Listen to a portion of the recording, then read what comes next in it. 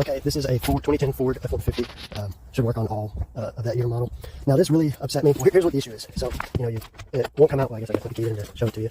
So, yeah. So, let's say, hypothetically, you got your Endo Repro, Exam 1, med school. You go to the gym. You're going to the medical school in Missouri. You go to the gym at 5 a.m., come out at 5:50. It's -4 degrees, and this happens. You start the truck, and then, oh, no, it ain't going to do that. It ain't going to go into drive. So, I grew up on a dairy farm, and, my brother, he's an engineer now, and he always hates whenever I do this kind of stuff. But I will let you know, I guess I'll post a video if this works. The issue with this is that there's a little safety deal right here. It's either the brake switch ain't communicating with that sucker, or there's just some wiring bad, but it's not allowing this to, that little safety thing they got there isn't letting me pull it out apart. So you gotta pop off all this plastic crap, and then press it in, and, you use both hands, shift it out apart. And so, what I'm just gonna get one of these little bread knotters. I'm gonna push this sucker back, and I'm gonna tie it up.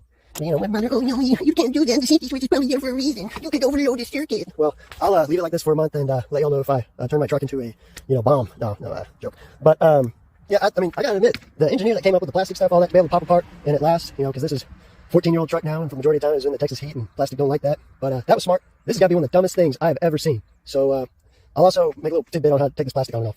Okay, so if you're like me, I ripped these off. These should pop back on. Let you know, there's a plug right there. But, like I said in the first video, I was in a big hurry. I had a big test, and so, I kind of just started ripping plastic off. Now, the problem that I had to begin with is whenever the other video showed, they just made it look easy, and here, I can chin it, and they just did that. So they just did that, and it just slid on up and off for them. Now, mine, these side things popped off. Now, I don't know exactly why, but I just pushed them back in there, and then it came out on its own pretty good. And yeah, there's a wire right there. Just go ahead and unplug that, and just show the whole thing. Yeah, do it with one hand. No,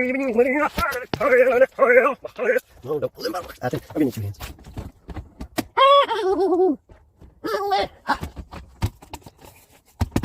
So yeah, you unplug that and then the whole thing just slides over.